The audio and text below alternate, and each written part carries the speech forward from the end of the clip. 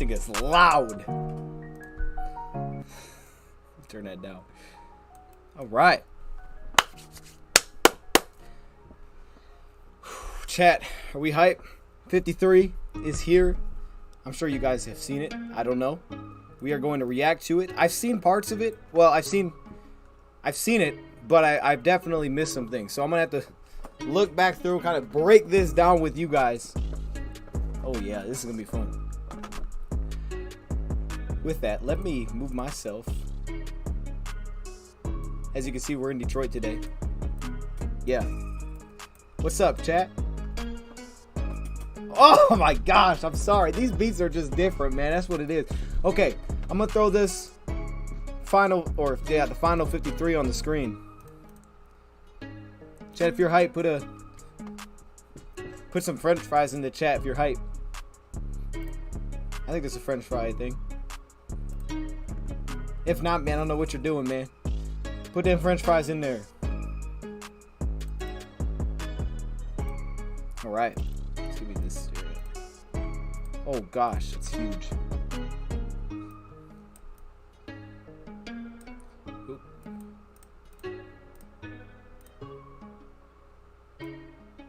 Let me fit this. It took your chat off the screen. I didn't realize it did. Okay, no, it's fine. It's fine. All right.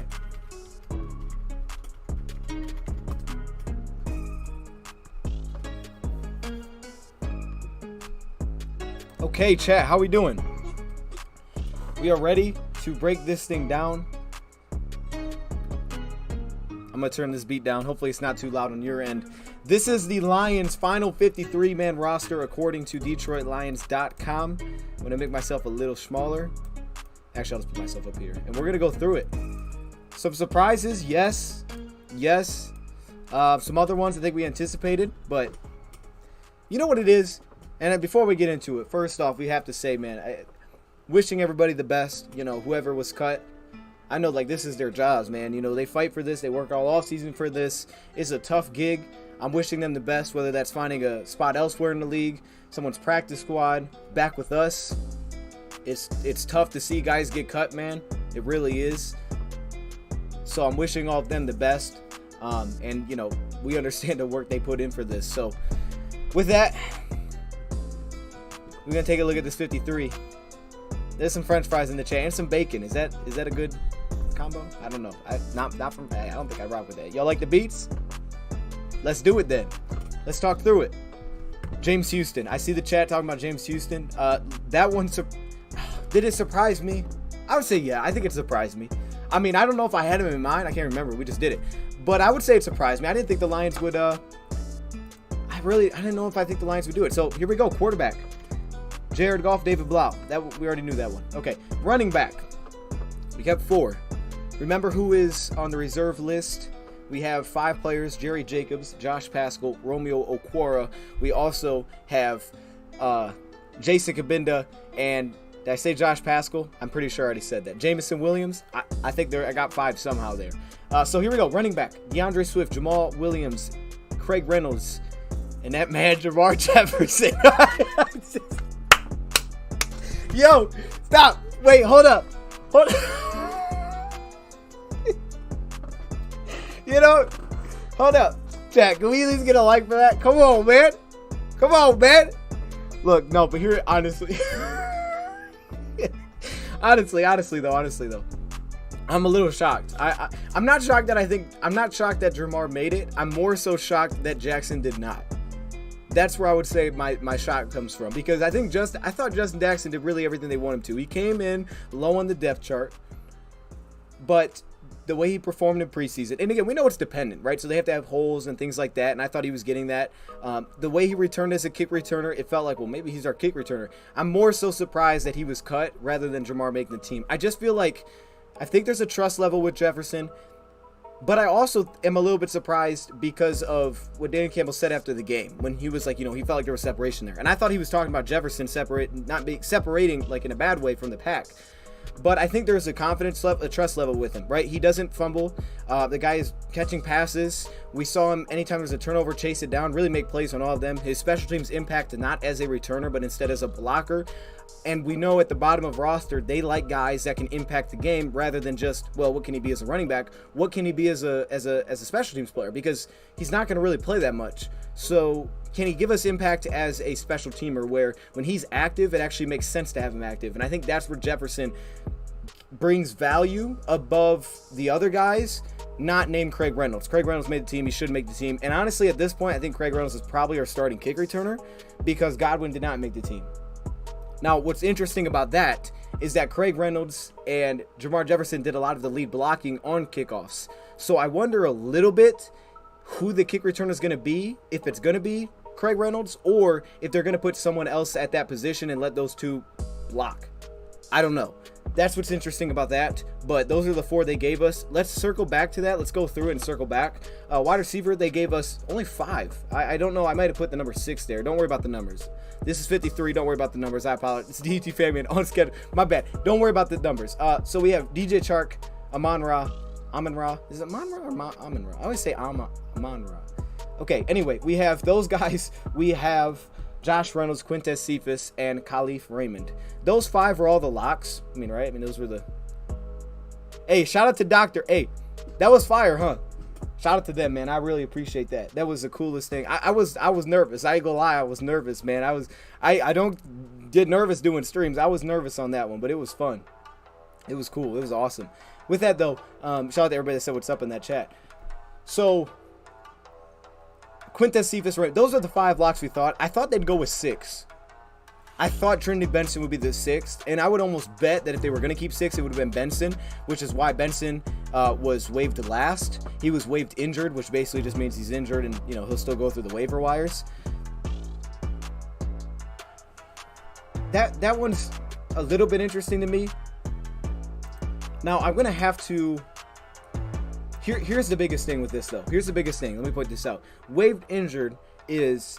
He's injured, he's waived, he'll go through waiver wires. But if he's not picked up, I believe he goes back to your team's IR, which is maybe something to mention. I mean,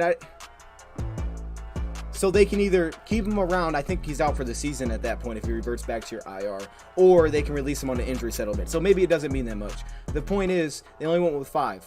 And I guess from my view of it, it looks like they kind of stayed away from the traditional, hey, we have to have this many players at this position. It was more so, we're trying to get the best 53, and in these eyes, these were the best 53. Maybe not the best 53 right now across the board, but best 53 in terms of now and future. So, okay. Tight end, TJ Hawkinson, Brock Wright, James Mitchell, Shane Zylstra, and that's why I say that. You kept 4 tight ends. Teams don't normally do that. Last year, we kept 2. Part of this is probably because of the fact that Jason Cabinda's dealing with his injury.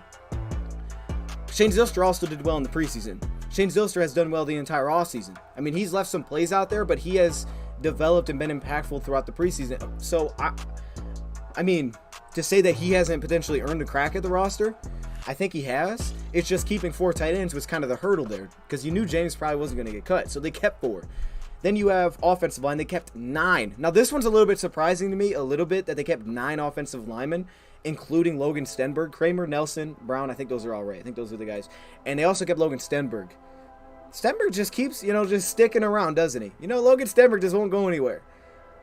As I say, I thought Logan Stenberg struggled in pass protection. He was inconsistent there. But as a run blocker, whenever they went to any sort of power scheme, Logan Stenberg was good. I mean, he's running guys over. He's, pulling extremely well, and that's what he's built to do. Zone, I think it needs development, but I don't know. That one's interesting to me. Very interesting to me that they would keep 2 guards. A little bit surprising there. We'll talk through it. Defensive line now. On the defense side of the ball. Aleem, Levi, Brockers, Bugs, Taylor, Kaminsky. They only went with 6 in that group. That's it. Jayshon Cornell was let go. Bruce Hector was recently waived. So I think there's a spot open for, as we said earlier today, someone to sign and be added to that list, because Levi is dealing with his injury, and I don't know if he's going to be ready week 1, but I also think it sounds like Levi's probably not like in an injury situation where he's going to be out for like half the season. It doesn't sound like that. Edge. Aiden Hutchinson, Charles Harris, Julian Okwara, Austin Bryant, and James Houston was cut. I put that one on there because, again, it's a rookie, right? You're talking about a guy that wasn't our last pick. What round was that? Round 6? It was round 6, right? I don't know what number he was. 197. No, I don't know. I don't remember. I'll have to pull it up on my Canva. My Canva, stop. Actually, let me just check right now because this is going to drive me nuts. Anybody knows the number on top of their head? I'm going to look it up. I don't remember the number. I know he was our second to last. What? He was round 6. Round 6, pick 217. All right, 217. No one got it in the chat before I looked it up. All right, 217. James Houston was let go, which is tough. Does he make it back to the roster? I don't know. I don't know as a 6th round pick if he does. But I will say he didn't really do much this offseason. So Chapter 1. I don't know. This isn't an audio. Oh gosh. But it can be the start of a story. Okay, we're gonna mute that. I'm sorry. I forgot about the ads. We get rolling.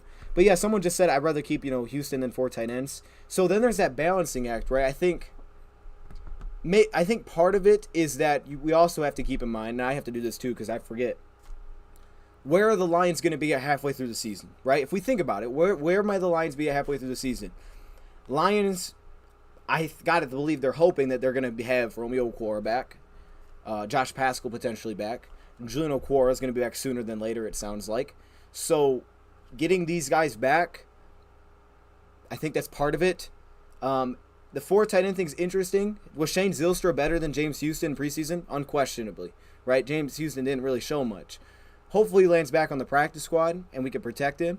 But you know what? Sometimes that happens, man. It really reminds me of the Jason Huntley pick. I think he was round 5 and he ended up getting cut. I don't know if he even made it this far. So, off ball. Alex, Derek Barnes, Malcolm, Chris Board, Josh Woods. Same 5 we had this morning. Shout out to Josh Woods, man. I think he earned it. And then the other 4, I like those guys. Jeff Okudah, Amani Hughes, Will Harris, Chase Lucas, and they went with 6. Take it back because Jerry Jacobs is on the reserve pup. They went with 6 cornerbacks. Bobby Price. Shout out to the people this morning that said Bobby Price is going to make the team. I didn't believe it. I mean, look, where he was playing at. But here's the thing, though. I will say this. Before we got to these preseason games, if you would have just said, okay, predict the roster, Bobby Price would have been the next. He would have still been out probably for me, but he would have been the number 7 or wherever it was. When I did that cornerback video, you look at Bobby Price. Of course, he's transitioning from safety to corner, so he's still young and new there. But you look at him in the training camp, preseason, you look at the way he's hitting. He is a developmental piece for the Lions. But you also do love that when he has good reps, they are really good. And even last season, he gave up some monster plays, and I was getting on it because I was like, dude, what are we doing? Why is he out there? The hope is he doesn't really have to play very much, but I guess he had his experience last year. He got beat a couple times over top, but to act like he didn't mix in great reps as well, I think isn't fair to him. He absolutely did, specifically against Chicago, right? He got beat over top. He would give up some big plays. That's where it killed him. He gave up like 3 or 4 shot plays, and it shot his numbers through the roof. He also had some outstanding plays, especially if you want a physical corner that's going to set the tone and press. He's going to be that for you, potentially. So I think when you look at cornerback, you look at body types. Okudah, big body. Bobby Price, big body. Amani, big body. Then you have some of the smaller body types. Jerry Jacobs, not here, but he's here. Mike Hughes, Chase Lucas. So I guess you have a little bit of versatility, and to throw on top of that, keep in mind that they did say they think Will Harris can do different things than just play outside corner for them. So, I think that's also probably part of the reason you keep an extra cornerback. But that one, I didn't expect that. And then safety is the 5. We heard they cut CJ Moore today, so they did go with Juju Hughes if he made the roster. And then special teams is what special teams is. They decided to keep Seibert around. So there you go. Again, wishing them the best. It's, man. And that's 53, right? I should really count through this just to make sure this is actually 53. We got 2, 6, 11, 15, 24, 30, 34, right? 30, 34, 39, 39 plus 6, 45, 50, 53. Okay, I just want to make sure that they didn't go like 52. Like, nah, they kept with 53. Okay. All right. So that's your 53. Don't worry about the numbers on the side. It's wrong. They're wrong. Well, some of them were wrong. But I know the elephant, as we said, is Justin Jackson. I know he is. And look, I'm surprised he didn't make it. I mean, I don't know what else to say. I can lay out my reasons as to why I think they kept Jermar Jefferson, and I'm a fan of Jermar. You guys know that, and I'm happy he made it. But at the same time, I wasn't going to be like, well, dang, why did they cut Jermar Jefferson and, keep Justin Jackson? Like, nah, Justin Jackson played well. So I wouldn't have been mad if they would have did it. So am I a little surprised? Again, I'm not necessarily, I would say I'm super surprised that they kept Jermar around. But I am more so surprised that they decided to let go of Justin Jackson. I thought he potentially earned his shot on this roster. And here's what I got to believe. I got to believe that when Dan Campbell went back and rewatched the film, as I did, from that game, he saw to himself, look, there's plays here that he's Jermar Jefferson where we're getting hit behind the line because we're just missing blocks. When you watch it live and you're like, oh gosh, he's just missed, like we're just blowing blocks and he's getting hit in the backfield. There's nothing we can do. We got to block better. I got to think that was something that he noticed when he watched it back. I have to, because he said after the game that there was a separation there. Well, you kept him on the roster and you cut Justin Jackson. So to me, that's a big part of it, because I noticed the same thing. But again, Justin Jackson, he ran hard. Justin Jackson ran hard. He ran hard, man, and he was explosive. He was more dynamic. I thought they'd go that route, but clearly they weren't worried about that. And on top of the fact, there were a couple fumbles in there from Justin Jackson, which I don't know if that was something they brought up. Maybe where Deuce Staley was like, hey, look, you fumbled twice, man. And look, one of them was a handoff. It was kind of weird. The other one, you're trying to pick up some extra yards. It happens when you're playing hard and you're trying to get extra yards, but it still happened. So I don't know. It is what it is. There you go. There's your 4. You guys are saying get him on the practice squad. I would love to put him on the practice squad if possible, but I don't know if he will. He'll probably get picked up by somebody. There you go. Oh, y'all talking personnel? What are you talking about, man? Yes, 53. There's only 5 receivers. That one's a little surprising too. A little surprising. I mean, usually you keep 6. They kept 5. I mean, to me, again, as we said, they may have been looking at it as, hey, look, I got to assume in their eyes, they said we're keeping the best 53, and to them, the best 53 was not having a 6th receiver. It was Shane Zylstra. So I guess when you put up Shane Zylstra versus, say, Trinity Benson, they thought Shane Zylstra was better. I don't know. It's interesting. It's interesting, but five should be enough receivers as long as their injuries don't go crazy. And then also, as we said, a guy like Trinity Benson probably won't play. I mean, he was on. Okay, what was going on with Benson injury-wise? I didn't know Benson had an injury. Being waived injured, didn't know he had that. So if he doesn't get claimed, he's going to come back to our IR, and then we'll have to make a decision. I didn't even know he was hurt. So that may have also played a fact, because I didn't know. Did you guys know Trinity Benson was hurt? I must have completely missed something. He played our last game, so maybe something popped up. I have no clue. Maybe something serious popped up there, and they're like, we don't feel good about that. And then it's also, hey, we know we're getting J-Mo back down the road, and maybe you could possibly look at, well, maybe they think he's getting him back sooner than later, and we'll get him out there. But I didn't even know the guy was hurt. I did not know he was hurt. A.J. Parker got cut. A.J. Parker did get cut, and we talked about that a lot this morning, but again, it stinks. But I do think it's for the good of I think we got an upgrade there. I really feel like we got an upgrade. And then do you keep, a guy like Chase Lucas or A.J. Parker? Well, Chase Lucas, they do feel like can play inside, outside. They're probably about the same age. One guy was a draft pick. I mean, it makes sense. I didn't ask Rad. I think Rad's probably working. I asked if he could hop on, and he just liked it. So I'm assuming that just means he's working. But we'll get Rad on here to discuss this at some point. Do you think we'll pick another quarterback? 100%. 100%. And look, I'm wrong about these things, but on 100%, we're picking up another quarterback. I don't see a scenario where we don't pick up another quarterback. Unless just no one comes available that they want, which would shock me. I'm pretty sure they're going to grab another quarterback some way. And again, I think it's someone that doesn't have to be old, doesn't have to be like 20 or not 20, but 30 or something. He just has to have shown maybe that he's won in the NFL as a backup when he's gotten opportunities.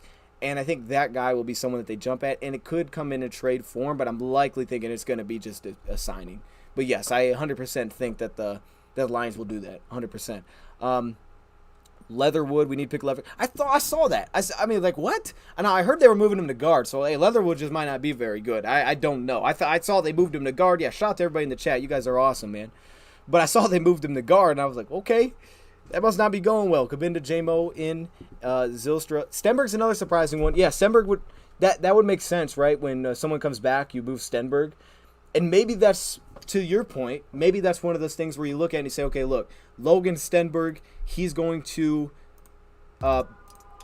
battle with, let me get this full screen. He's going to battle with Tommy Kramer to prove who should be the backup guard. You know, the guard that can play potentially both positions. I think Tommy Kramer's got the leg up, but maybe they'll let those two battle it out now.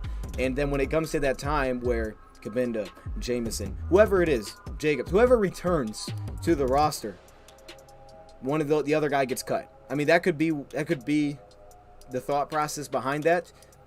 Also, the thought process, and this would be way out there, is that one of these guys has a chance to compete with one of our starters, maybe like a Jonah Jackson, who I thought struggled big time, or not big time, but he definitely had some struggles in that last game. Where I was like, Jonah, what the heck? It was like 3 reps. I'm like, Jonah, what's going on here? I mean, come on. I know he's a Pro Bowler, but dang, Jonah, what is happening?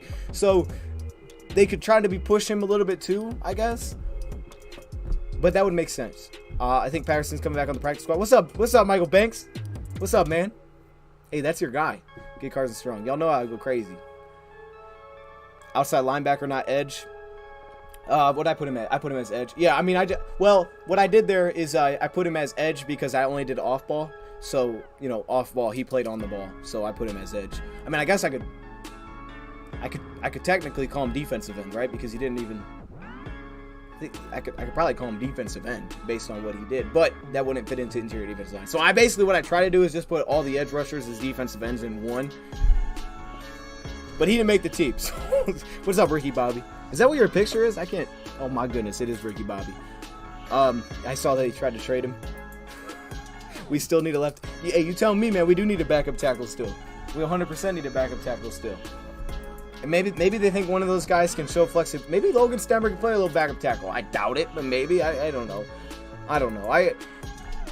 To my guy's point earlier, I think that makes a lot of sense. The Lions have 9 offensive linemen. One of them is probably going to get cut eventually, and it's just when offensive tackle comes available, you like him. You cut an offensive lineman, you bring the tackle in. You know, you could, because that would make sense, right? So if an offensive tackle doesn't become available, you keep your 9. Offensive tackle does come available that you want, or offensive lineman, whoever that may be. Now you cut one, you still have your backup guard. I mean, I don't know. It could be. And then in the meantime, they just let those guys continue to battle it out because maybe they didn't feel confident about both those guys getting back to the practice squad. As we say, offensive linemen are tough to come by. I mean, they are. Like, quality offensive linemen are tough to find. So that might be one of those positions where, like, hey, we feel like we might be able to get a running back back. Like, a running back could definitely get back here through, you know, the waivers, and they could get back on the practice squad. A young offensive lineman, like a Tommy Kramer, I mean, is he getting back? Probably not. I mean, probably not. I'm assuming someone would snag that guy. So let's make sure that doesn't happen. Let's make sure that we keep that around. I think there's also that probably has to go into it. And I'm sure Brad Holmes didn't want to, you know, with Dan Campbell, want to make the decision to cut a rookie like James Houston. But as we said, he didn't perform. So much as the upside may be there, it just didn't show at the edge position. And it's still interesting to me that they played him almost exclusively there. I understand that he was, I guess, struggling, it sounds like, an off ball, but to do that's a little interesting.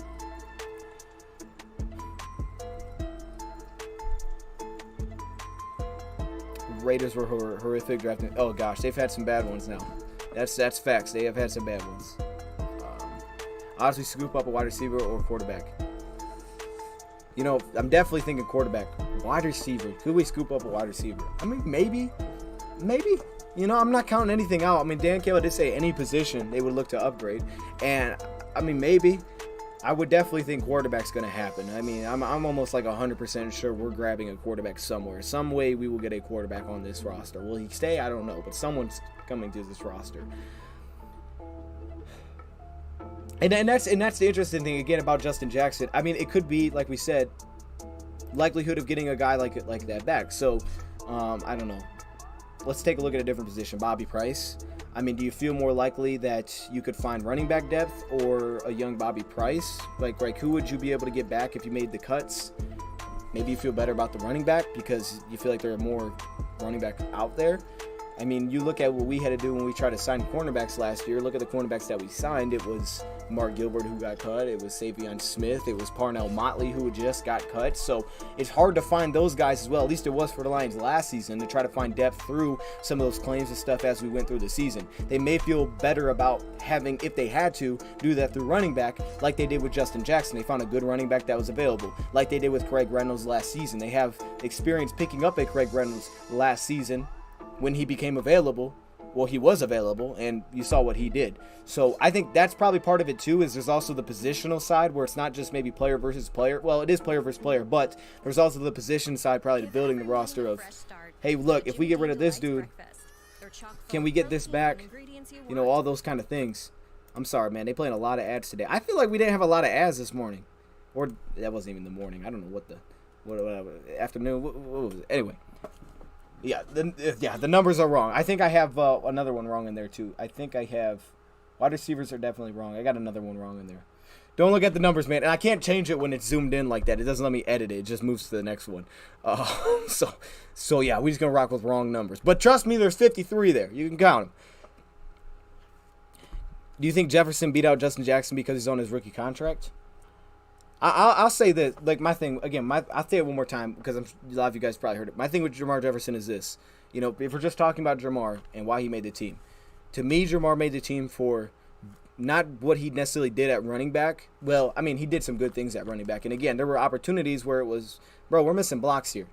And, I mean, look, I'm going to be – let's just say, I mean, who played the amount of missed blocks that, for example, Jonah Jackson had – last game?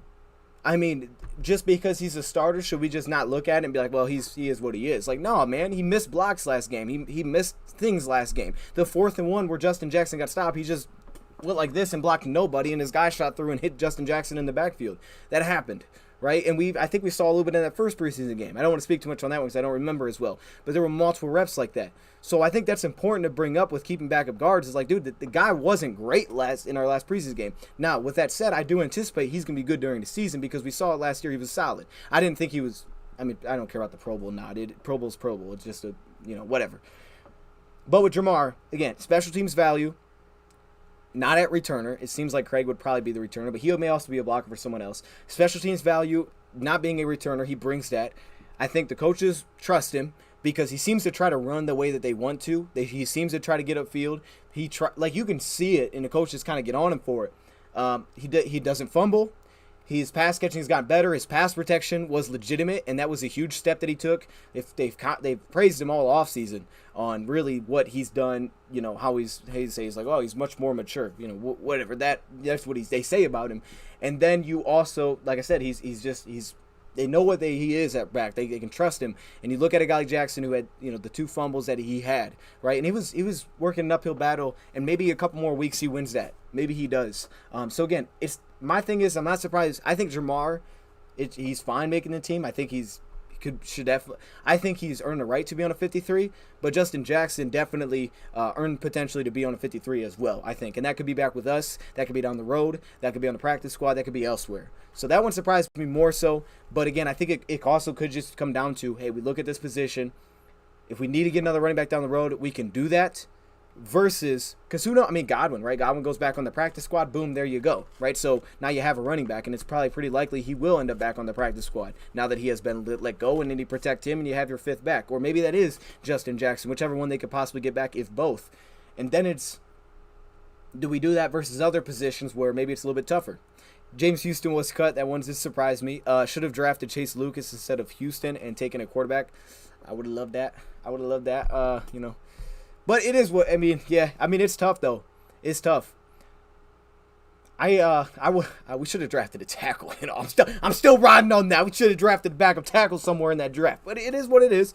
I ain't gonna hate because we'll see how these guys turn out. But he definitely seems to have hit some massive picks here as well. And it's tough to draft, man. But hey, Malcolm Rodriguez looks legit. And for him to be as late as he was, I mean, Chase Lucas seems pretty darn solid.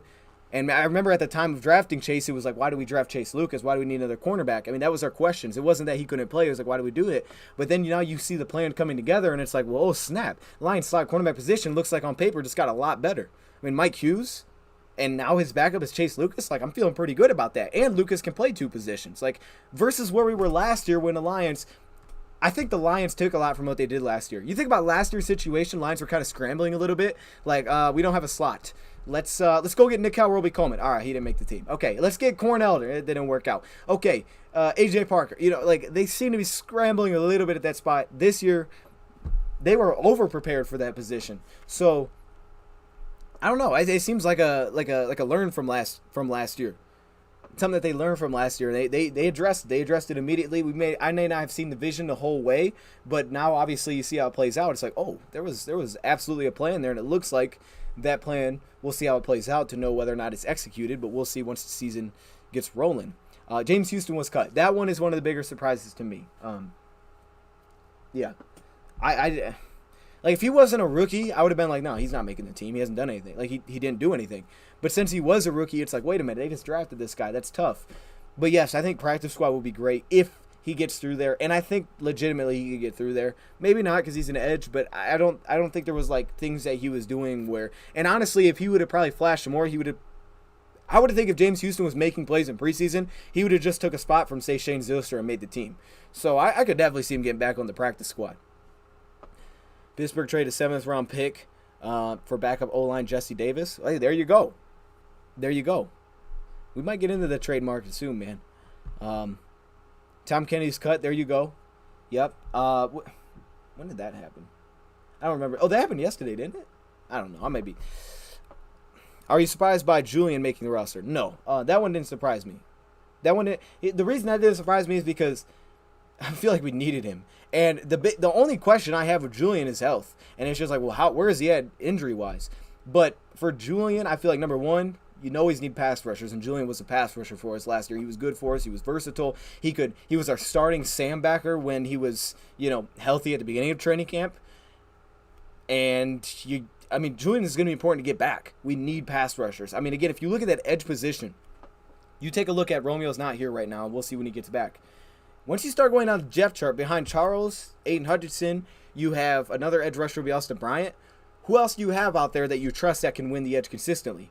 I'm looking at that list, and I don't necessarily know if I see anybody. So to me, cutting Julian Okwara would have been a very tough move to make, because I think Julian can do that.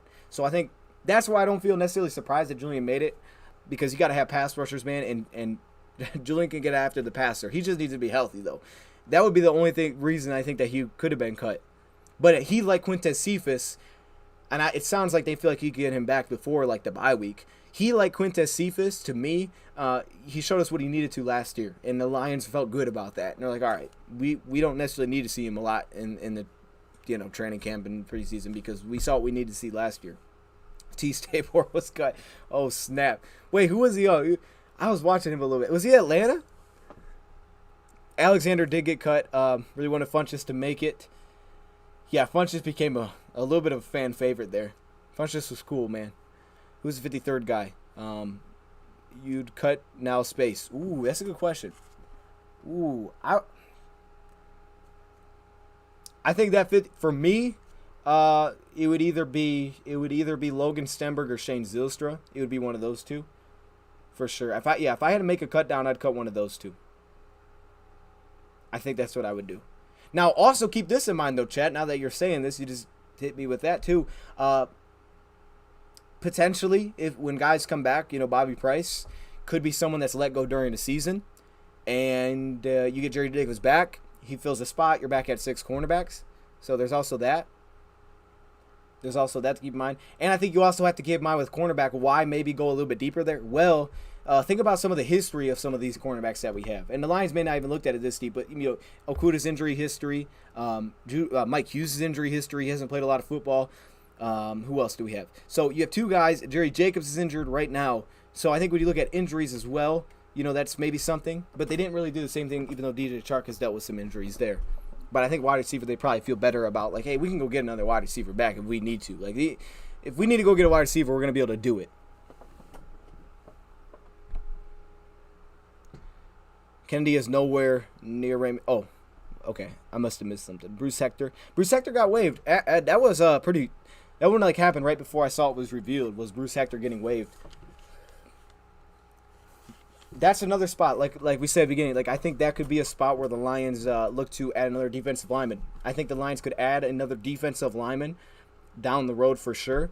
And I think they gave Bruce Hector the opportunity, and clearly they must not have thought that he earned that role, because I don't know. I don't think that guy is on the roster right now. I don't think the guy is on their roster that they're looking at that can be another interior defensive lineman that they want. I think that's a guy that they gave an opportunity to last game. Demetrius, we already seen enough, so let's give Bruce Hector the opportunity. And they must not have felt like it was good enough. So they made that move. Who's returning punts and kicks? That's the question too. I think punts for sure it's Khalif. Kicks, I don't know. I mean, I lean Craig Reynolds, but I just wonder a little bit about how they're going to block that. Jefferson will be a blocker. I wonder a little bit if they give someone else the kick return responsibilities to allow Craig to continue to lead block, because he has done really well there. But it feels like Craig Reynolds is probably the starting kick returner, and Jamar Jefferson is probably a lead blocker on special teams. That's what it feels like. You think Romeo plays all the season? Oh gosh, I hope so, man. And I can't even base that on anything. I have no clue. I have no idea. I hope so. I really do. I'm hoping after the bye week he's able to get back, because it'd be huge. Will Grier at quarterback, no one's talking about to bring in. That's true. I don't know if, Will Grier. He's is he a Cowboy? Someone brought that up earlier today. It might have been you. Someone did.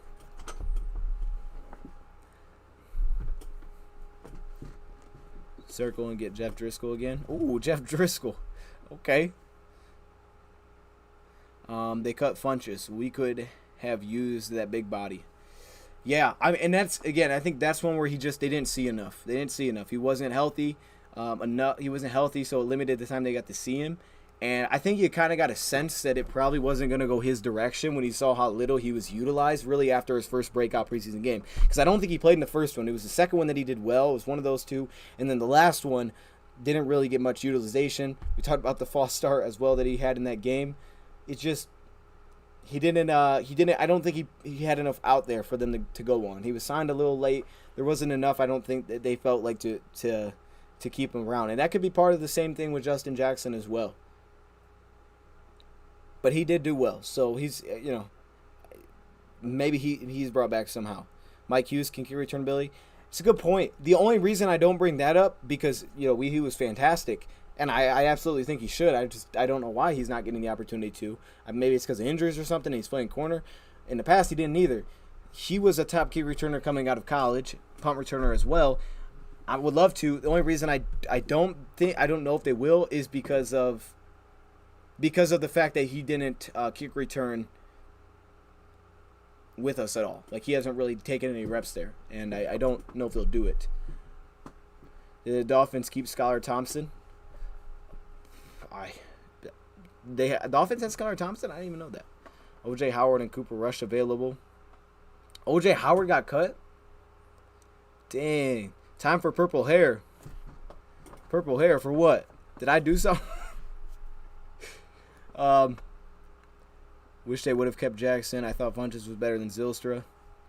Yeah, I think you could have made the case if we would have got to see more. You could say that, but I also give Shane Zylstra a lot of credit because Shane Zylstra blocked well. Shane Zylstra was a really nice lead blocker for us as well. So it wasn't just what he did as a receiver, even though he was doing well there too. And you look about like the second game against the Colts and how impactful he was in that game as a receiver and the big production he had in that game. But you also look at the way that he was blocking.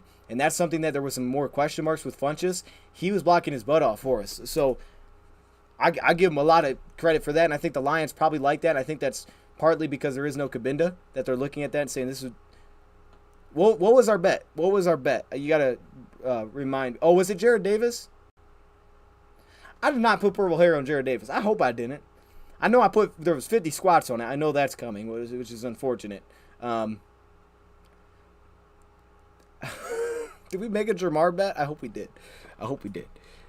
He said he diets tips.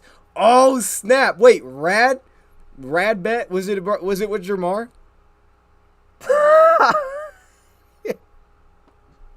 Oh, we both lost then. All right. All right. That's funny.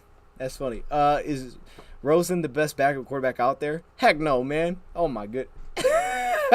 I don't know. I mean, I guess the guys that are out there, there's not a lot of proven guys out there. It doesn't seem like, but yeah, I don't think I'm on the Rosen trade, man. By the way, we're getting destroyed week 1. Why? Take on Jared Davis. You know what? I didn't think Jared was too bad, man. I didn't think he was too bad in the preseason. You know, the first game he had his lumps. I thought by the third game he looked his best. I really did. I thought he looked the best against the Steelers. And I think it was really that Josh Woods earned it. And you know, Jared Davis didn't look bad. He was hitting well. He was blitzing. But I think, and he looked way better in coverage. He looked like the old Jared a little bit. But I think the thing is, Josh Woods earned it, man. Josh Woods did really well. Josh Woods did really well every preseason game. And I'm glad the Lions gave him that opportunity where they started working him up the depth chart. Because I thought that, and again, I think it's important to kind of remember is like when you get to like these bottom depth chart guys, they're not anticipating that you're going to see a lot of Josh Woods. So then it comes to the point of, okay, how does he help our team if he's active? Because you have 46 active. What if he's one of the active guys? What does he do for us? Well, he's going to play special teams. Who's better special teamer for the Lions? Is it Jared Davis or is it Josh Woods? Well, it's Josh Woods. He's a fantastic special teams player. So I think then you have to put that in mind because Josh Woods is a really good special team player. So there you go. And I think he's earned that position.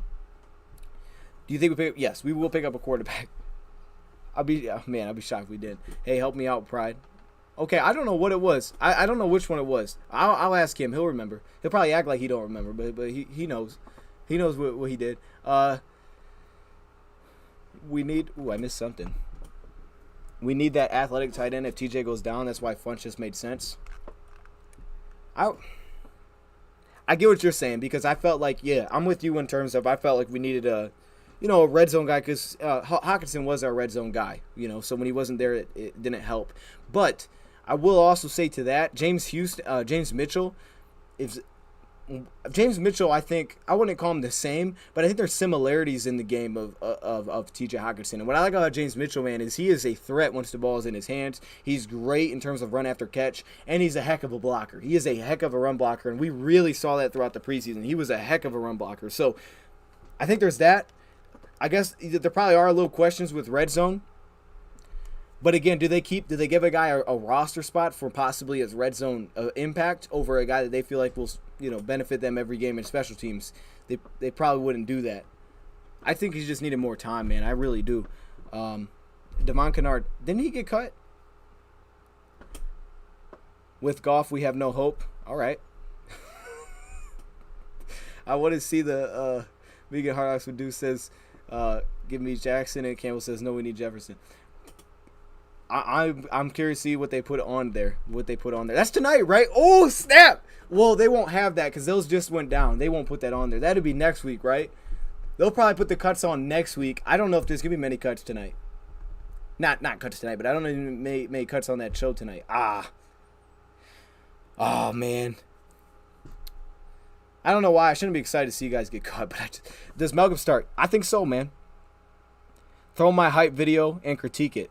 I'll forget about the purple hair. Don't forget about the purple hair. Hey, nah, if Brad gotta do the tips or whatever, you remind him.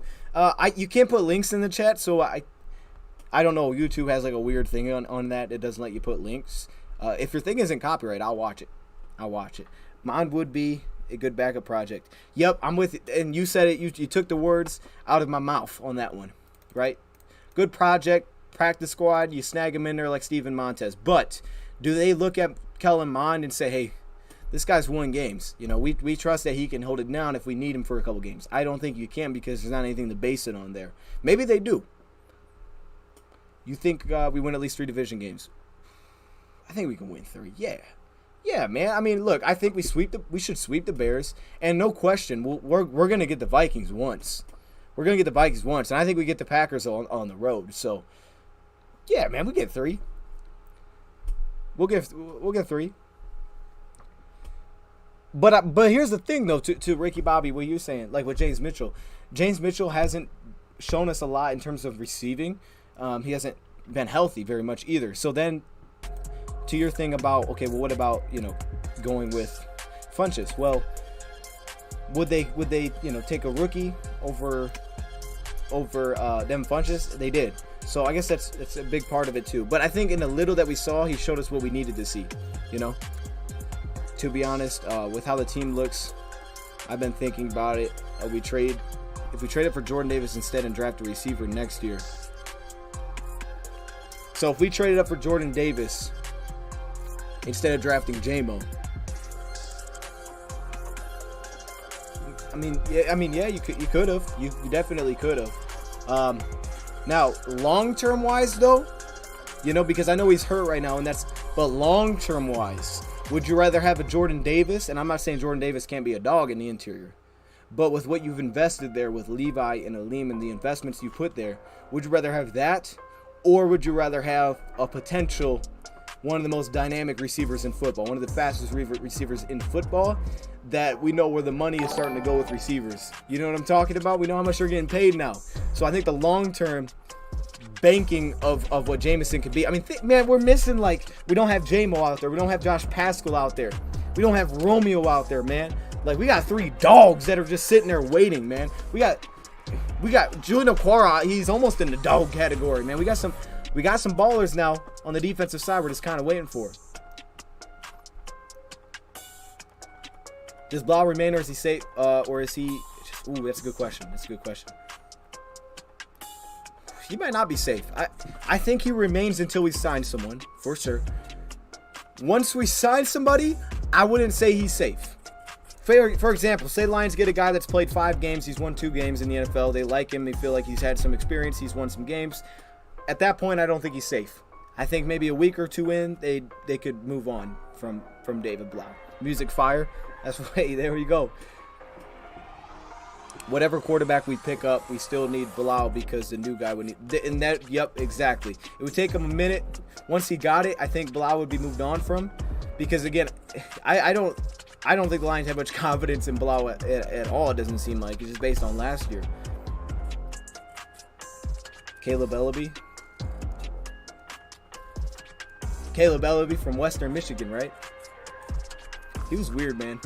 Is he on an NFL team? Trading 20 spots for a nose tackle, Steve. That is tough. That is tough. Who knows if Levi will ever play again? Dude's always hurt. Yeah, I mean, I don't even know what he's dealing. I don't remember what he's dealing with. And that's not something that they knew when they drafted, right? They didn't know that Levi was going to get hurt again. They knew he was injured last year, but he did play last year. So I don't think they could have. I don't know how you could have bet on that. But that's why they brought in Josh Paschal, right? Well, not completely, but Josh Paschal he's more of a strong defensive end. But then Josh Paschal's dealing with this injury that I don't think they anticipated to have happen because he was there at the beginning. Josh Paschal was there at the beginning for the Lions this offseason. Injuries are tough, man. It's hard to, you got prepare the best that you can, man. You get depth, but it's tough. Juju Hughes could absolutely be out 100%, absolutely, and that feels like that's another good point, right? Juju Hughes could be out eventually, but right now with Iffy not healthy, because Dan Campbell did say that plays into some of these, right? Some of these cuts that they made, he said it plays into for certain guys, like, okay, when do we anticipate someone getting back? So do we anticipate that he's going to be back soon? By week 1, some of these guys that are kind of dealing with injuries. So I would think this might be good for Levi. It might be a good sign that they feel like Levi's kind of close, because if not, you would think maybe they could potentially keep another deep lineman, at least until now, unless they claim someone, he does well, then they kick that lineman out. But they may feel pretty good about Levi's chances to be back for week 1. Same thing goes with potentially Julian Okwara as well. That was one of the questions I had, was where's Julian at and how does that affect James Houston? They may feel pretty good about Julian Okwara and his timetable. And yes, with the Juju Hughes, when keeping 5 safeties is a lot. The biggest thing there, however, is that Iffy could bring some versatility, so he's not just a safety. But yeah, when Iffy's healthy and he gets back to it, which Iffy might be a little further off than the other guys, so let's keep another safety, and then we'll see what happens.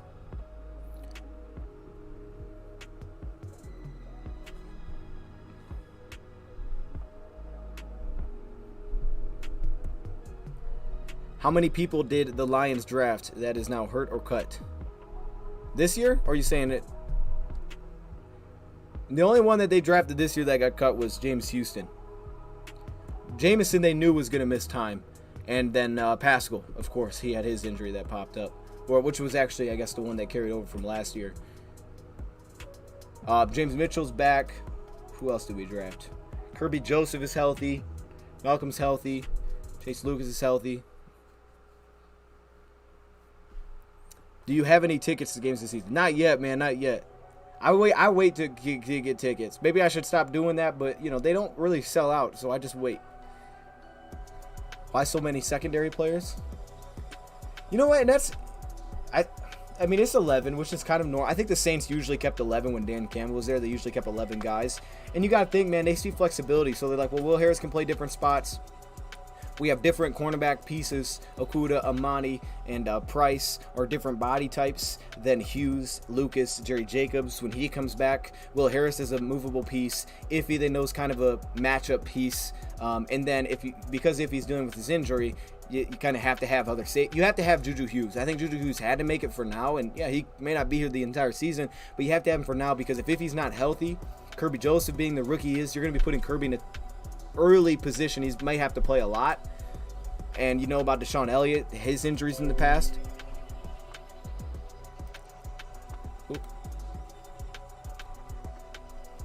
Let's get Sue. Sue get cut or what? Or is he just never get signed? Sue didn't get cut, man. He was never got signed. What's up, William? Hutchins health. There you go, Hutchinson. There you go.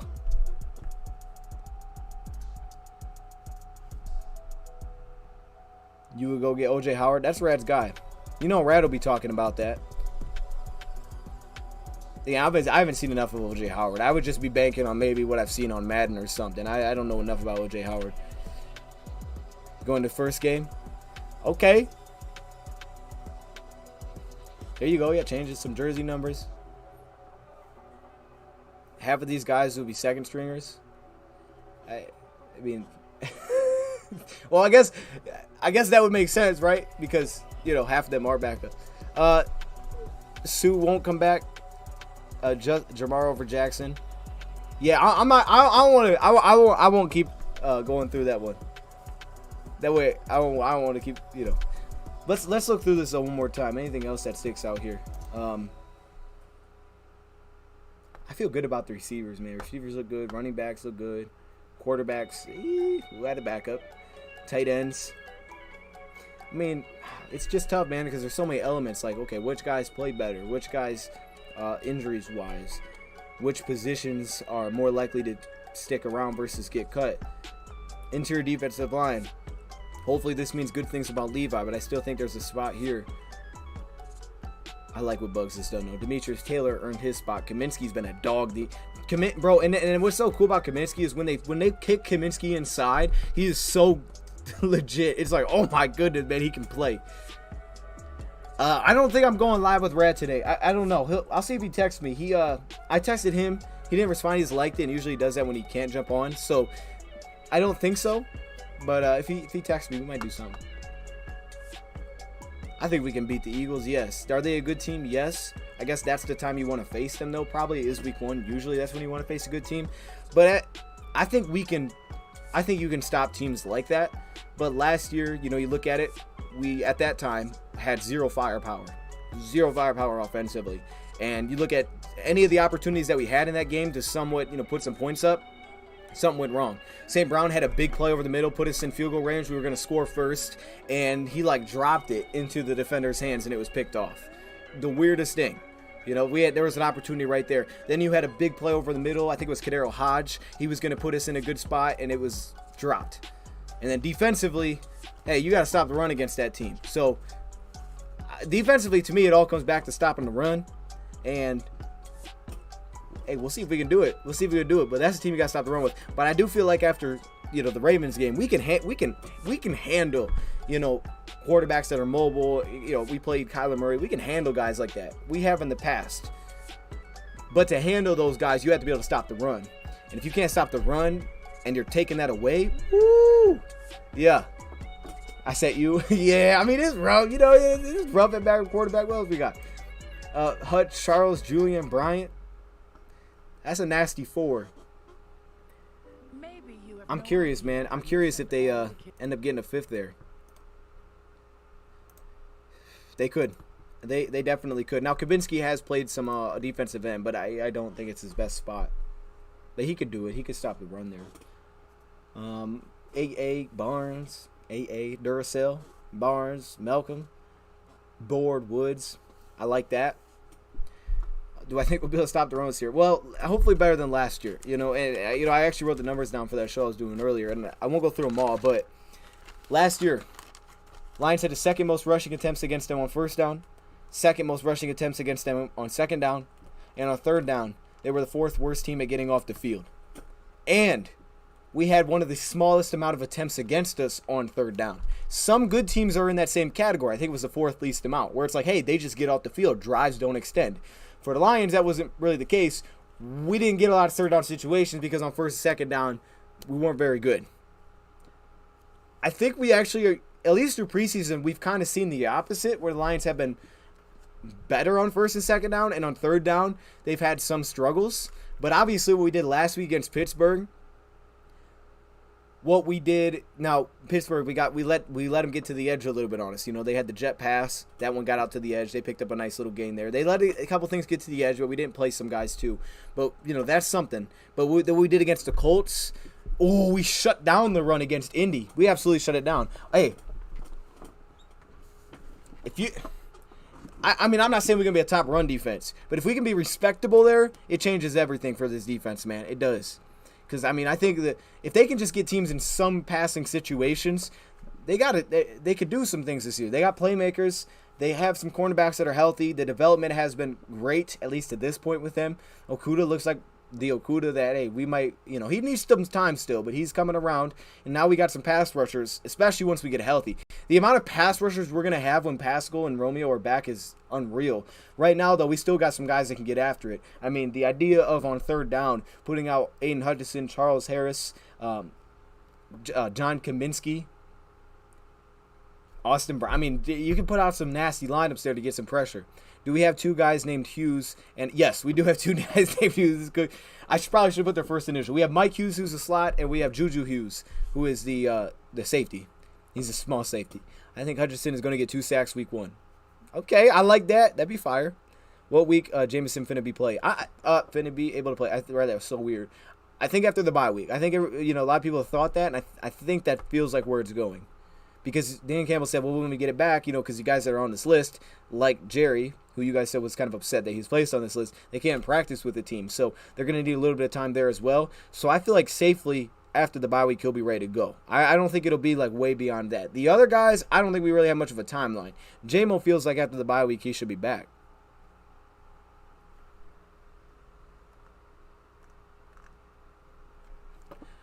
Who's worse quarterback?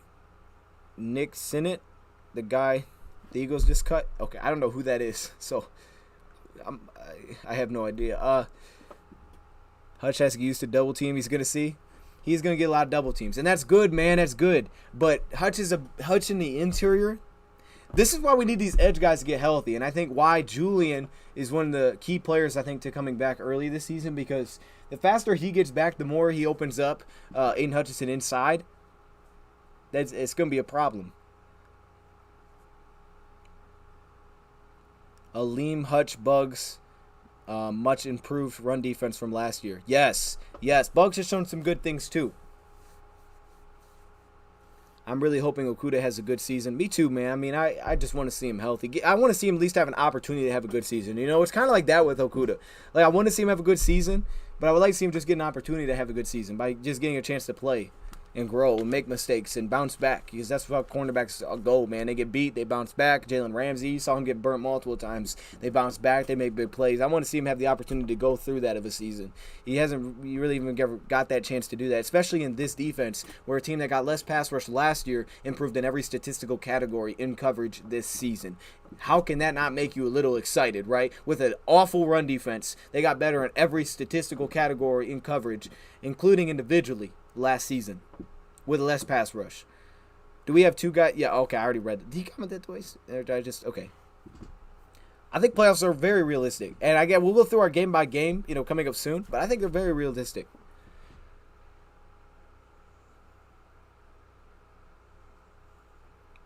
I missed someone's comment. I don't know what happened. What did I miss? Okay, here we go. DT family, he says, no, man. We gave up 87 total rushing yards for 2 preseason games. That's nasty. That both means nothing. It could mean absolutely everything. Everything, absolutely. The Lions have a great run defense. Is that hidden? Bro, I'm telling you, if the Lions have a top run defense in the league, this is my thing. If the Lions finish top half in the league in terms of like run defense, they're a playoff team. They are a playoff team, man. That's what they're really missing defensively to me. Everything else will come together. Aaron Glenn will disguise some coverages just like he did at Rodgers. Like, if that did not give you optimism to see some of those reps where Aaron Rodgers didn't know where to go with the football in that final preseason, and not preseason, in that final regular season game, I mean, man, I don't know what does. Because then it's like, well, if you just get him into some more of those situations and you have a legitimate pass rush where it doesn't take like 5 seconds for someone to get through, oh my goodness. With that, I kind of want to show what I'm talking about for anybody that hasn't seen it. What did I just pull up on the screen? Chad, give me 1 second. I don't know if this is going to glitch out for a second. Give me 1 second. I want to show this on the screen. Express. There you go.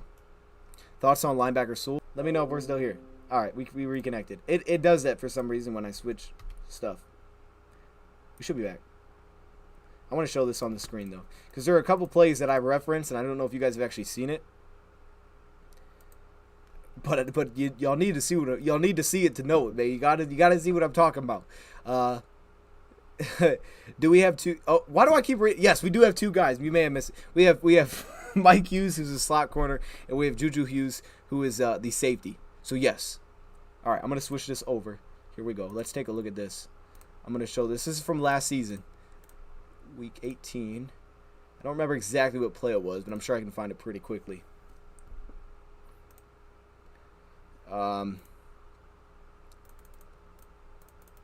Let's see. Oh, my man, Zakwa. I know I'm messing that up. I've read that so many times. My only question with the running backs, Cut and Benson, who's the main kick returner? Raymond only returned punts. Is it Craig? You know what? I believe it's Craig. And it could be someone that we haven't seen, but none of the guys that return kicks, let's just say like that, none of the guys that have returned kicks to this point throughout the preseason are on the roster other than Craig Reynolds. So I do believe that I believe it is Craig Reynolds right now. I believe it is. But again, you got to think about who's blocking for those guys, right? That's Jamar freaking Jefferson, and it was Craig Reynolds. So you're taking him out of that mix if you do that. But I think he would be the returner. Oh, I'm looking at the wrong year. My bad, chat. I'm like, what's happening? I'm looking at the wrong year. Okay, here we go. Now I can put it on the screen. I'm looking at the whole wrong year. Appreciate the super chat, man. Can we blow up the chat with some birthday cakes while I pull this up? Look at this. This game was not perfect, but there was some good stuff in here. All right. Let's see. That's Derek Barnes. Let's see if I can find it. I'm going to throw this on the screen. Window. All right, should be on there. It is not. Okay. Oh, there it is. All right. Oh, wow, this looks weird. Okay. Let me find the why do we do this? Why do we do things like this, man? All right, let me make myself a little smaller. First off, my lighting is trash right now. Okay. Here we go. I got to show you guys some of these plays that I'm bringing up. You don't know if it's what's going to get better? And Holmes. Okay, I want to see Pascal and Romeo, this whole D-line. I know, me too, man, because we got some guys on there.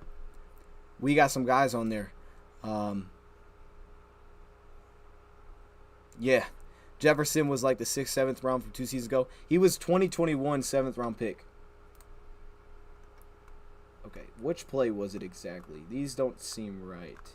This seems like the wrong drive. Let me see if it might have been this drive. Was it this drive? So let me try this drive first. It may have been this one. I feel like this drive is missing a play just from reading that. I don't know. It's been a while since I've actually looked at this. This may be one of the plays. Let's see. I don't remember for sure. That was good. I don't. This wasn't one of the disguises though. Look at Jalen, man. Look at Derek Barnes, by the way, out there. We see you, Derek. This is not the exact play that I was looking for, though. This is not it. I always had it saved. I just don't remember which one it was. That's. That was a good possession. That wasn't it, though. It was. Shoot, I'm not gonna be able to find it. I don't remember. Okay, I may just close this. I don't remember. I mean, obviously, there's some good coverage going on here, though. It's like, man, if we could just get a little bit of pass rush without having a blitz, that would be something. This play was a blitz. No, it was only 4-man, actually. Yeah, it was a blitz. It was a A.J. Parker blitz. That's covered up well again, though. You know what was another guy, though, that I feel like hasn't been getting a lot of talk? Definitely Tracy Walker and the way that he's developed as a coverage safety this offseason. You can see him there. He covered that up well. And obviously you bring the blitz. I mean, not the blitz. It was a 4-man rush. He just got creative with it. Had to get a little creative with it. Oop. Yeah, this D-line is going to be fun when everybody's healthy because we got a lot of guys, man. We got a lot of guys that can play, and it's also the future of this team. I can't find it. I don't remember what it was under. So I'm just going to – I'll find it later. I don't remember which play it was or where it is. If I find it, I'll throw it up here. But in the meantime, let's just put this back up in case anyone's joining in. Talk through this a little bit more, and then we'll wrap this thing up, man. But I did want to just take a look at this with you guys because – okay. Oh, the birthday cakes. I see you guys. This D-line is healthy. Gonna be scary. Just want one season with our D-line healthy. I know. Hey, you trying to 1v1 in Madden again? Are you talking? I gotta get Madden 23. I don't even have Madden 23. Karen Rogers, Bustin Fields, Captain Kirk. Gotta watch out for our D-line. Okay, you got nicknames for all of them. I see you. I like that. Imagine we get Will Anderson. Hey, like I said, I did that on Madden, man. On one of my Maddens, I trade up, got Will Anderson. Yeah, you got to stack that D-line. You know, if we're going to go for it, let's go for it then. Let's go all the way for it. Here. This ain't my favorite beat, but it's a beat, so we're going to rock with it. Walker, he did. What game was that? You're right. I don't know what game that was. He did. He does hit hard, man. You got to be careful because you guys saw it too. Deshaun Elliott laid a big hit in our last preseason game, and it was like, oh shoot, did he just hurt himself? Yeah, you got to be careful with how they tackle, man. But we got some hitters back there, and Tracy needs to stay healthy because his coverage, man, has just gotten so much better. It seems like it's gonna make him more complete for us.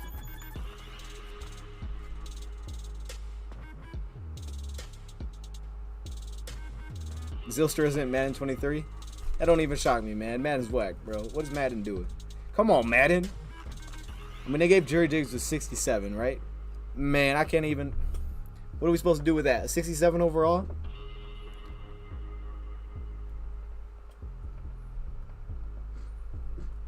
Oh, it's true. They had the Rams got our pick. I forgot about that.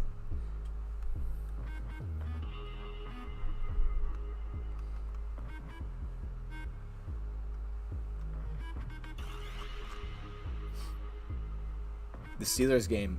Wow. Dude, I gotta be careful, man. I do remember that. That's tough.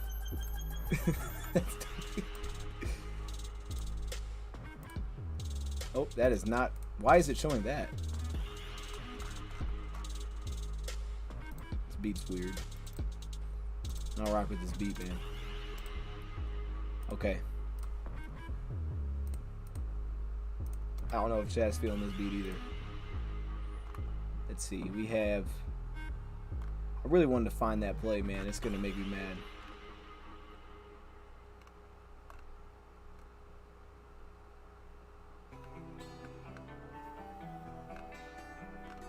Oh, I think I found it. I think I found one. This might be it. I think I may have found it. Let's put that back on the screen real quick. This may be, I don't know if it's the exact one. But stuff like this, I don't think this is the exact one. I don't know. But stuff like this, man, it's just like, now they only brought a 3-man rush. So that was one of those 8-man drops, it looks like. Yeah, they only brought a 3-man rush. And I like that, man, when you kind of mix it up a little bit. You get a little creative with some of those coverage looks. We showed a lot of creativity last year, and we gave some guys some trouble. Like, the thing, we gave Aaron Rodgers a little bit of trouble here, but sometimes we forced him to just hold on to the football. That's good stuff. And you see how they disguised it a little bit there. Definitely. And they always do it with their safeties, right? They give you different looks, pre-snap versus post-snap. I mean, this looks completely different from what this actually is. Right? I mean, it almost looks like cover 3. Then it looks like man coverage. And they're going to be doing this with different guys. But now you have a guy like DeMarlo who's a little bit, not DeMarlo, you have a guy like Iffy who's a little bit more versatile, right? Can match up with some tight ends, things like that. And you can drop him pre-snap, man, or post-snap. That's bad. That's bad. But you could do things like that. Yeah. And then jump into, what is that? They jump into a little cover 2 there. Let me see what this was. This thing is freezing on me. I can't even see what they're doing. Yeah. Yeah. Little Tampa 2 look, it looks like there. I mean, there's some of the things that we saw last year. And it's just like, man, we just need to add a little pressure to that. We got to really... We can just be better in a couple areas, man. Specifically run defense. Who gets cut when J-Mo and I'd say Jefferson for sure. I don't know if it'll be Jefferson because then we don't have 3 running backs unless they go get someone else. I don't know. I mean, I think that's definitely a question to ask, especially down the road. I think one of the guards will make a ton of sense though, because at that point you should be able to feel pretty good about who should be the backup guard. You know, if they're trying to push one of the starters, there you go too. Definitely one of those guys. I definitely think that who is the other guy? Shane Zylstra. You know, one of our tight ends could be out because you probably won't need 4, especially once Kabinda comes back. You're not going to need 4 tight ends. But again, I think the reason that you end up keeping a guy like Jefferson is more because of what he does on special teams. And I don't know if they want to cut some of those guys that impact special teams like that. That's why they kept him around, I think, more so than what he does offensively. Texas cut Marlon Mack. Oh, shoot. Hey, talk about injuries. Still crying about TK. Hey, he might be back. You never know. He might come back on the practice squad or something. Why does this look like that? It looks so weird.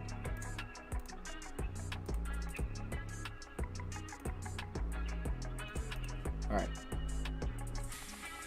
It's just, oh gosh, it's so zoomed in. That's what it is. That does not look good.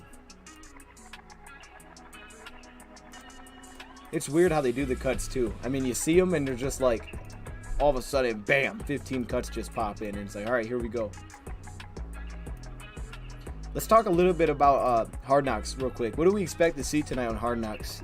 Or what do we hope to see on Hard Knocks?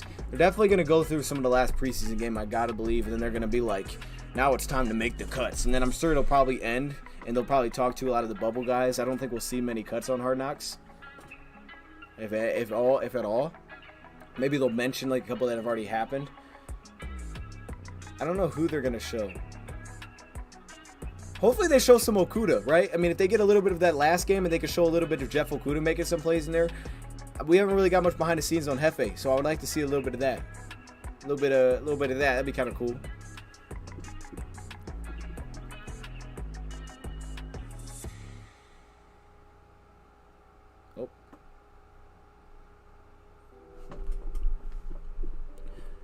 Who's going to be the kickoff returner? It looks like we got rid of everyone except.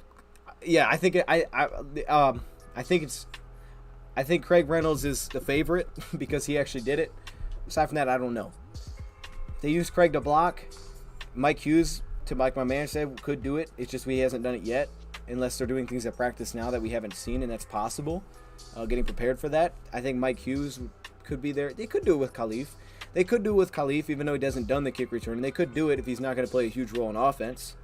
At least, I think he'll play a role in offense. But, you know, he won't be like your top 2 receivers. He shouldn't be. So, he could do it, maybe.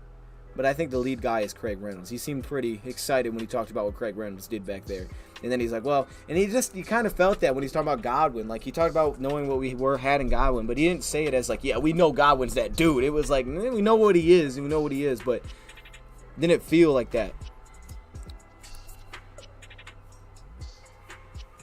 Ravens waived Anthony Brown. Quarterback Anthony Brown? I don't know who that is. Cuts. I would be shocked if they had those cuts this fast. If they had cuts already, like, I mean, they could point out like a couple that happened, I think, already, like a couple days ago. But if they were like pointing out cuts that happened today, I'd be shocked if they had that stuff ready. I would think that'd be the final episode, because they'll show cuts in the final episode, and then they'll kind of just talk. Because I mean, what is the last episode gonna have? Because they don't play a preseason game. So last episode will probably be practice highlights. It'll be hype speeches into the season, and then I would think it would show cuts. I think. But maybe they got them already. Hey, who knows, man? They might be on top of it like that. Coach wants to see you bring your tablet. It's the show pretty late into the day, like 7 p.m. Ooh, okay, Chad. Hey, maybe they do then. What time does it start? 10? That's sweet. Yeah, they might be on it then. Wow. That'd be wild. That would be wild, man. TK has been here for a while. What'd they say since? Well, actually, I don't know the exact year. He's been here for a minute, though.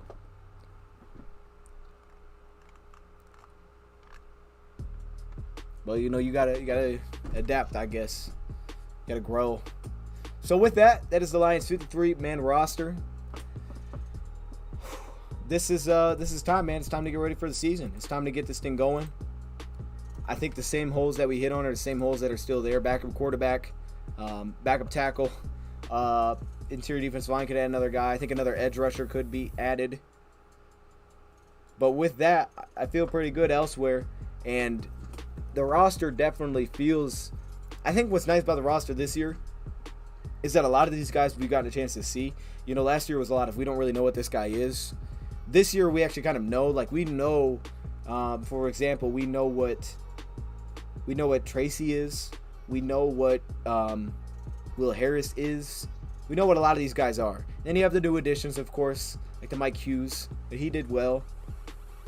I mean, I'm excited. I think some of the biggest obvious upgrades that you look at when you look at this from last year, of course, receiver, just because you have Reynolds the whole year is going to be awesome. DJ Chark, of course. Having Raymond sitting at wide receiver 5 is nice. I mean, not, you know, but it's kind of nice. And then, of course, you got J-Mo coming back soon. Tight end. To have Brock Wright, right? Because you weren't really sure what that was last year, and to have Brock Wright do what he's, you know, showed us last year, and then with James Mitchell, who I think shown some good things. Tight end doesn't feel like, you know, great, but it feels solid. You know, it's like, okay, we got solid pieces there. It's good. It's firm. I don't know if that makes any sense. Bro, I really like off ball. Like, a lot of those guys have shown stuff to us, but cornerback feels really good. Cornerback feels really tough. Cornerback feels tough. Woo! I'm excited, man. I'm excited. I like the USFL quarterback, Cassius Cook. Oh, there you go. I don't know if I said that right. Cassius Cook? I probably read that wrong. He'd be a good backup. And I'm you know, and they probably got eyes on all those dudes. They got the pro scouts out there. They got eyes on all of them. But wouldn't it be kind of whack if HK ended with the guys being cut? I mean, yeah, it would be a little bit kind of like, well, dang. That's true. That would be a little tough.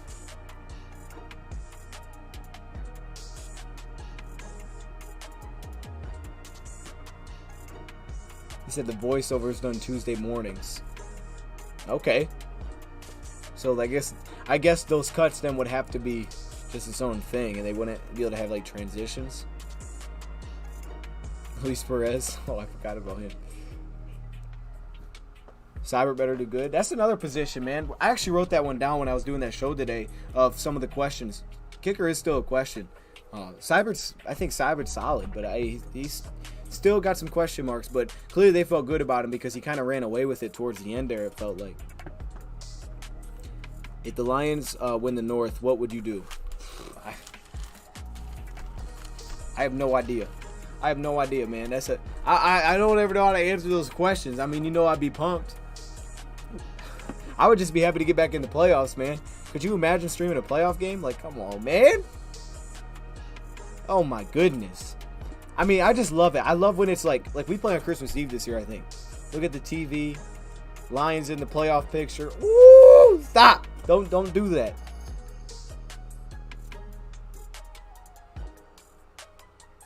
Anybody got a weird quirk? You hate mayonnaise. What's yours? That ain't me, man. That ain't me. I like mayonnaise. Mayonnaise. Mayonnaise. Sorry. I don't know if I have something like that. I like that, bro. I'm getting more today, actually. I'm gonna get more. That peach or the nectar stuff I was drinking. Oh my gosh, that was fire. Chat. Actually, before we get out of here, I do want to ask you guys this. Let me turn down the beat a little bit. I do want to ask the chat. That was not supposed to be what I did, but I did it. Why can I not see my mouse? All right, I can't turn the beat off, so we're just gonna listen to the beat. Okay, hold up. I have to ask the chat this. So, our last live stream, we did the Lions versus Steelers game. I'm sure a lot of you didn't know we were actually going to go live for that game. I actually didn't either. Just kind of found out right before the game that I was going to be able to go live, so I did. But my question is, for anybody that was in there, did you guys like the ability to watch the game live with us and that link? So what we're doing going forward, and I want to put this out there for anybody that doesn't know, when we stream games, like we did last Sunday, when we stream, Lions games, there's going to be a link, and if you click that link, you're going to be able to watch the game as well as watch us react to it. You have to enter like your TV provider, because I can't give you the game otherwise, and it's taken from those TV providers, so they won't let you do that. But you get to watch the game with us and watch us react to it live. So there will always be that link in there going forward, and I just wondered kind of how y'all felt about that after testing it out a little bit. If anybody was in here and tried it out, I thought it was real cool, but I just want to put that in there. So from now on, it'll probably be in like the title. Like I think it said watch along, not on YouTube, but there's a link that you can click to watch along with us.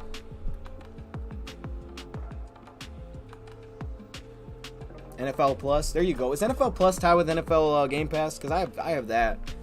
I don't know. It's expensive, man, but it gives me the preseason games, so that's You liked it? Okay, cool. We're gonna keep that up. I see you, Alex. Okay, Alex really liked it. Okay, Alex. Cyber can't hit further. That's true.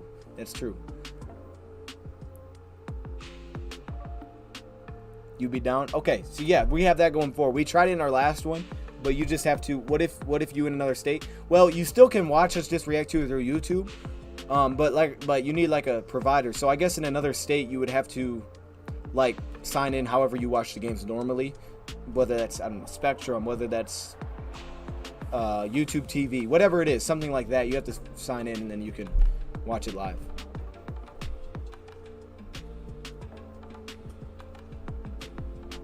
It puts us like a couple plays behind the game, which is a little weird, but I think if we got everybody into that, then I think it would be normal for everyone. Plus, it's more fun being able to watch the game, I think, with other people than just hear me talk about it, and it syncs up with the game, so you don't have to worry about like the sound being off. I don't know. I just thought it was a cool addition. I think Houston. I would say before we wrap this up, practice squad candidates. James Houston, absolutely. You guys are saying the kicker Riley Patterson. I think absolutely could be Riley Patterson. Where is this at? Dude, I cannot find my mouse. Okay, Riley Patterson I think is one. I would say one of those defensive linemen probably will be, like Bruce Hector or Eric Banks will probably be a candidate for practice squad. I would think maybe one of those receivers. Trinity Benson, if he is able to get back. Well, Trinity Benson's waived injured, so that's not one. Maybe more of a Maurice Alexander. Tom Kennedy, he usually feels like he'll probably be that. So those guys. Yeah, James Houston, I think they would love to get back on the practice squad. I think they would love to, but I don't know if they're going to. I think they will. I think they can. If they want to, I think they'll be able to get him back. I have Spectrum in Florida, so I can still watch or no. To piggyback, I see you, Tyler. I actually don't know. I think you can. I guess it depends on what station lines are on. I don't know how that works because I'm local, so I don't know how that works. There you go. DetroitLions.com. I know they did that last year for preseason games. I don't know if they do it for regular season, but maybe they do. With that, this is another good show, man. It was weird to do 2 streams in one day, but we did it. It feels weird, but the 53 is here.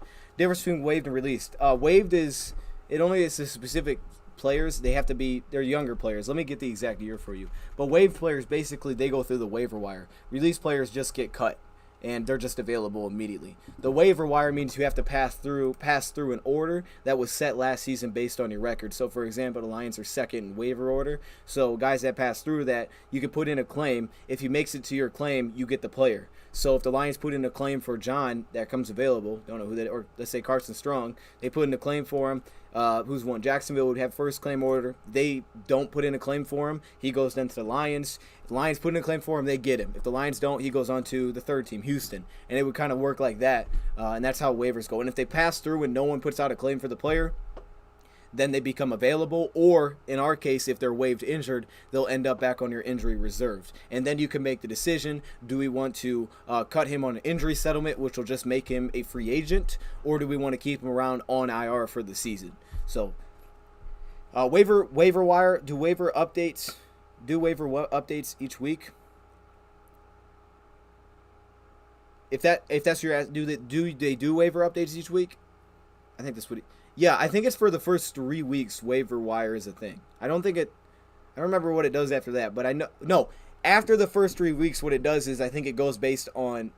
Does it go based on your team's record? It's something like that. Yeah. Okay, first 4 years, good. Okay, thank you. I didn't have to look it up then. First 4 years, boom, there you go. So I guess guys that would technically be on a rookie contract, so UDFA contract or their rookie deal if they were a draft pick. 3 years is only UDFA. So guys that are in that box. So if you were a draft pick, you got cut. You were UDFA, you got cut. You were UDFA or whatever. Then you can go through waivers. So for the young players, our defense is really beat up to start the season. It's a little beat up. You know, we missing some of them dudes on the D line. If, you know, I'm with Hutch and Charles, I feel good about that. I really feel good about that interior. I mean, yeah, we're missing a Levi, but do we know Levi is an upgrade? No. To my guy's point earlier, like we haven't seen enough of Levi. So I feel pretty good about Lee McNeil and Michael Brockers and Isaiah Buggs in there. I feel pretty good about the D line as it stands right now. Same thing with off-ball linebackers, same thing with cornerback, and really the same thing with safety. But we have, to what you're saying, Phantom, we got those dudes. We got those dogs that are just sitting back there waiting, man. They're just waiting to jump in there. And when they come, it'll be great because we're going to have injuries likely at that point, so they're probably going to be replacing guys. So by the time we're talking about, like, okay, who do we cut when Jason Kabinda comes back, for example? Well, unfortunately, you'll probably have a guy that has already been injured or something that he'll probably just take the place of. So things, you know, it'll probably go down like that. But you get those guys back about middle part of the season, it'll almost be like you just made a trade for someone because these guys aren't just depth pieces. These are possibly legitimate impact pieces. A little bit more projecting for Josh Paschal, maybe even a little bit of Levi too. But guys like Romeo, man. J-Mo, yeah, he's a projection, but we know when he comes back, he's going to be big time for this offense before it switches to this year's record. Yeah, I don't remember either. I thought I read first 3 weeks, but I don't think that makes any sense. It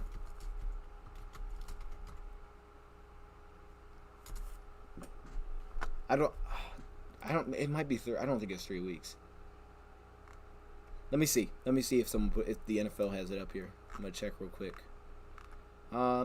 Players with 4 or fewer years go through. Okay.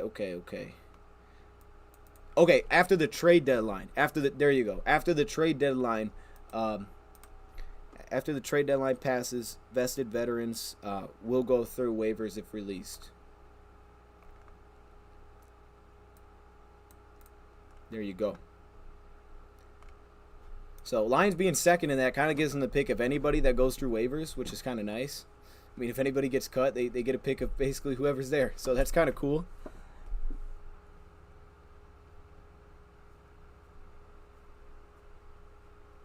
"27 players claimed on waivers." Hey, that's a fun, weird stat to know. Okay. And we got John Kaminsky through waivers, and look what that has been. John Kaminsky's been great. What's the biggest weaknesses on defense for position group? My opinion. I think another big time DT. Not big time. I said that weird. That's not what I meant. Another like big nose tackle I think is a need for the Lions.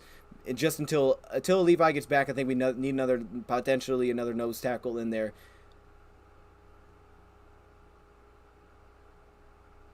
Maybe opposite of Tracy. You know, what is Deshaun Elliott really? What is Deshaun Elliott going to be for us if he's healthy? Kirby Joseph, he's still super young, and we know that he's figuring it out. So opposite of Tracy Walker, I would say there are questions.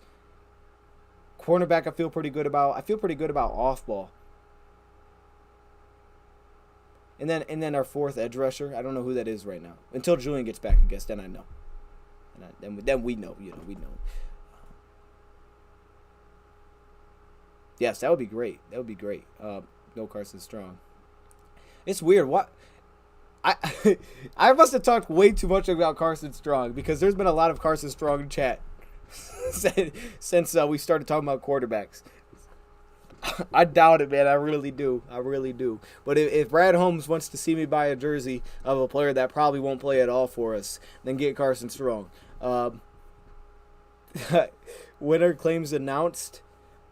That's a good question. Y'all hit me with the tough ones on the top of my head. Let me see. I don't remember. Okay, so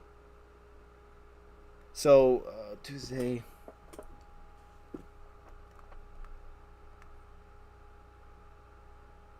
I don't remember. Let me see.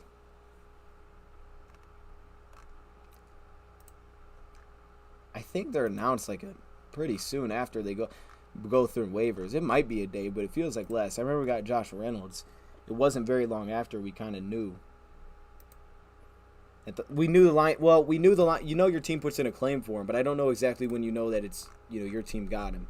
It'd probably be 24 hours because I would think they give that maybe the 24-hour window for teams to put in claims for the player, just as Hughes does.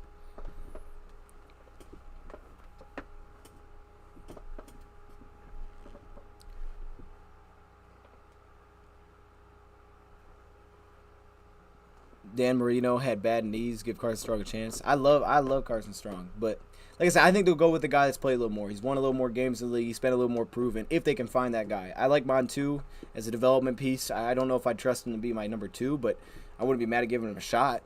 I liked him a lot coming out. Would you rather have Aiden Hutchinson or Chase Young? Aiden Hutchinson. That ain't. Yeah, I like Chase Young a lot, but come on, man. I'm a big fan of Chase Young. I like to have both. That'd be kind of cool, but. Definitely Hutch. Hutch, I think, is one of a kind, man. I really do. I think Hutch is special. I think Hutch is super special. The trade deadline last year was November 2nd. There you go. Is that this year too? I don't know what I read. Yeah. No, I think Hutch is unique. He's special. He stops the run at such a high level. It's like that just cannot be overlooked, man. It's just such a major impact. And then his ability to rush from the inside frees up so many edge rushers, and it puts immediate pressure on the quarterback, man. He's just a bully, man. He's a rock. He is a rock, man. I'm my man Kobe. You change your name to Hedge? What's up, man? Good to see you. How do you do that? How do you make You've been a member for 9 months. Look at my guy. Are you kidding me? 9 months? Love to stop by sometimes. You're still my guy. Hey, I appreciate you coming in, man. 9 months. That's wild. It's been a minute, man. It's been a while. We gotta figure some stuff out. We gotta get you back on the show, or something soon. I don't know. I'll reach out to you. We gotta figure something out there.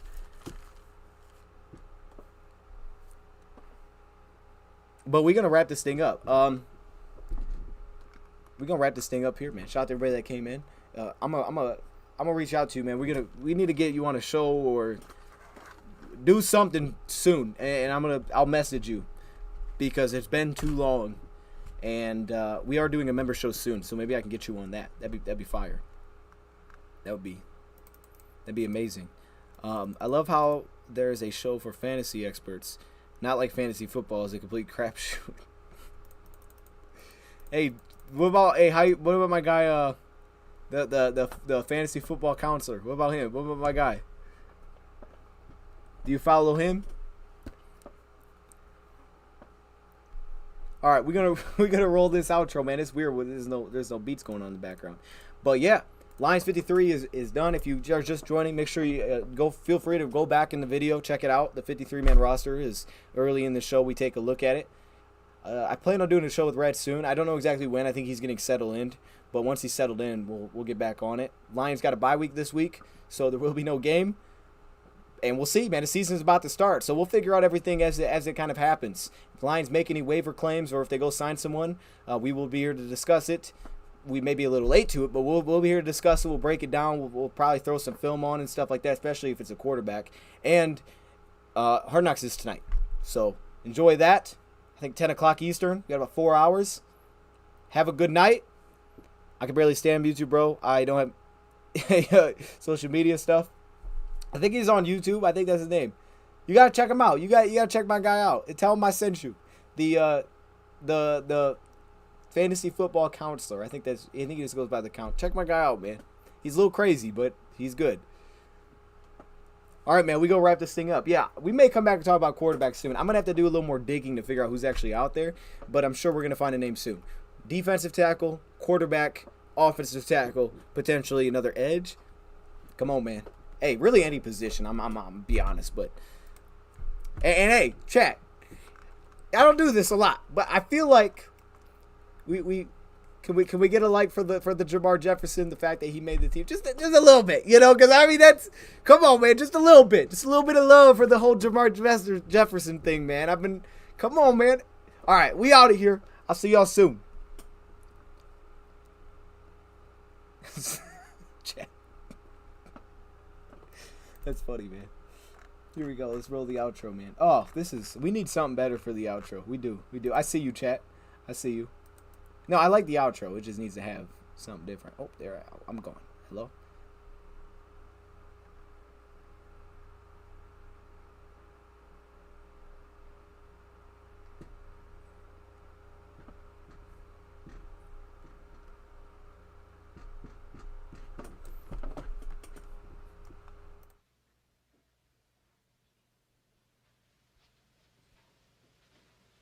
You're still here? It's over. Go home.